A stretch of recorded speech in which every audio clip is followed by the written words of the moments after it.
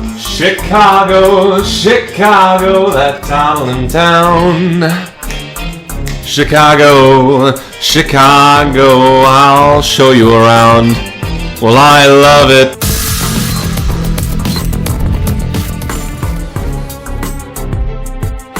Welcome everybody to this week's episode of Government Update with Nate. I am Nate and I'll try to give you all the facts that I can find on politicians and government, and I'll try to give you those facts straight. This week's episode is part 2 in the series where I delve into the voting records of the 2 candidates vying for the Senate seat open in Illinois. Last week, we discussed Mark Kirk's voting record, the Republican incumbent senator for Illinois, and in case you missed it, check it out here. However, on this week, we will be looking into the voting record of his Democratic challenger. She was born in Bangkok, Thailand, and was first elected to the U.S. House of Representatives in 2012. Upon graduating from George Washington University in 1990, she enlisted in the Army Reserve's Officer Training Corps as a graduate student. She was deployed to Iraq in 2004 and lost both of her legs when the UH-60 Black Hawk helicopter she was co-piloting was shot down by a rocket-propelled grenade fired by Iraqi insurgents. She's fluent in Thai and Indonesian in addition to English. She is Democratic Congresswoman Tammy Duckworth. So come along with me. Let's head right into the thick of things. It's time for my favorite segment. It is time for those sexy statistics. As always, we'll start off with the bills that she introduced as compared to her peers. Among the 18 representatives in the Illinois delegation, Tammy ranked in the 7th lowest by introducing only 10 bills and resolutions in year 2015. This also placed her in 85th place among all other House Democrats. Let's turn now to the number of bills that Representative Duckworth co-sponsored that were introduced by a member of a different party in the House. She ranked 2nd among the Illinois delegation, with 87 of the bills she co-sponsored coming from somebody other than a Democrat. Finally, let's talk about the number of bills she introduced that are actually making it out of committee. Tammy ranked lowest, tied with 10 others in the Illinois delegation, by getting 0 or none of her bills that she introduced out of committee and onto the floor for further deliberation. Fantastic! Okay, so singing cold open is done. The bio intro is done. The statistics are now done. What's next? Yes, her 5 key votes. Number 1, let's talk about the Iran nuclear deal again and make a direct comparison between her and her opponent, Mark Kirk. H.R. 1191, the Iran Nuclear Agreement Review Act of 2015. This bill required that President Obama submit the details of the Iran nuclear deal so that Congress could have 60 days to approve it, disapprove it, or have no action taken. Tammy Duckworth, along with 176 other Democrats in the House, voted in favor of this bill. This actually matches the vote that Mark Kirk made on this legislation as well. They both voted in favor of this bill. Interesting. Maybe this could be the start of a budding romance. Let's move on to number 2 so we can continue our direct comparison between Tammy Duckworth and Mark Kirk.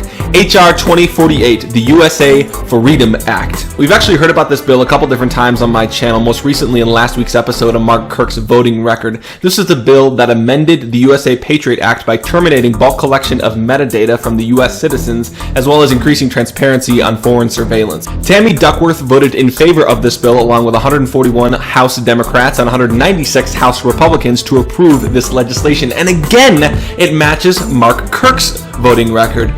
They're totally going to be hooking up. Mark and Tammy sitting on Capitol Hill.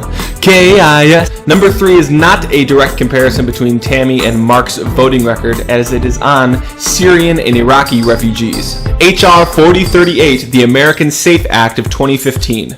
This was a bill that proposes instituting stronger screening processes for refugees from Iraq and Syria who apply for admission to the United States. Tammy Duckworth voted against this bill along with 134 other House Democrats and 2 other House Republicans, which ultimately did pass despite their downvotes. Number 4 is a very new issue and a hot-button subject, which is the Zika virus. H.R. 897, the Zika Vector Control Act. This bill really focused on outlining the limits or intent regarding the regulation of the use of pesticides in or near navigable waters. Basically, there are certain restrictions on using pesticides in navigable waters and what can and can't happen to the runoff and discharge and all that stuff. This bill wanted to clearly define those and essentially make it easier for the use of pesticides to combat the growing problem of the spread of Zika virus. Tammy Duckworth, along with 156 other House Democrats, voted against this bill, which ultimately did pass the House. And finally, we're on to Tammy Duckworth's fifth and final key vote, which is on the totally easy to talk about and non-controversial subject at all of abortion. That was #sarcasm, but if you read my blog, you might have found some handy tips for navigating those spirited political discussions. H.R. 36, the Pain-Capable Unborn Child Protection Act. This was a bill that looked to prohibit abortions from being performed after an unborn child is determined to be 20 weeks or older. This does not apply if the woman's life is in danger or the pregnancy was a result of incest or rape. Tammy Duckworth voted against this bill along with 179 other House Democrats, which the bill ultimately did pass the House, but it did not go further than that.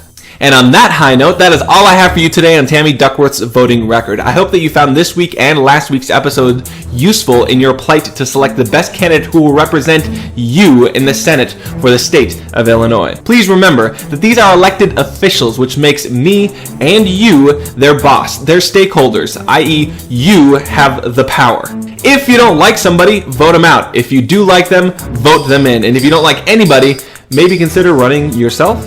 You may not think you have a voice, but eventually something the government does is going to affect you in some way, and you'll have something to say about it. Why not make sure your voice is being heard now? Thank you all for watching. Don't forget to share and subscribe, and I will see you on next week's episode of Government Update with Nate, where I give it to you straight. Happy voting.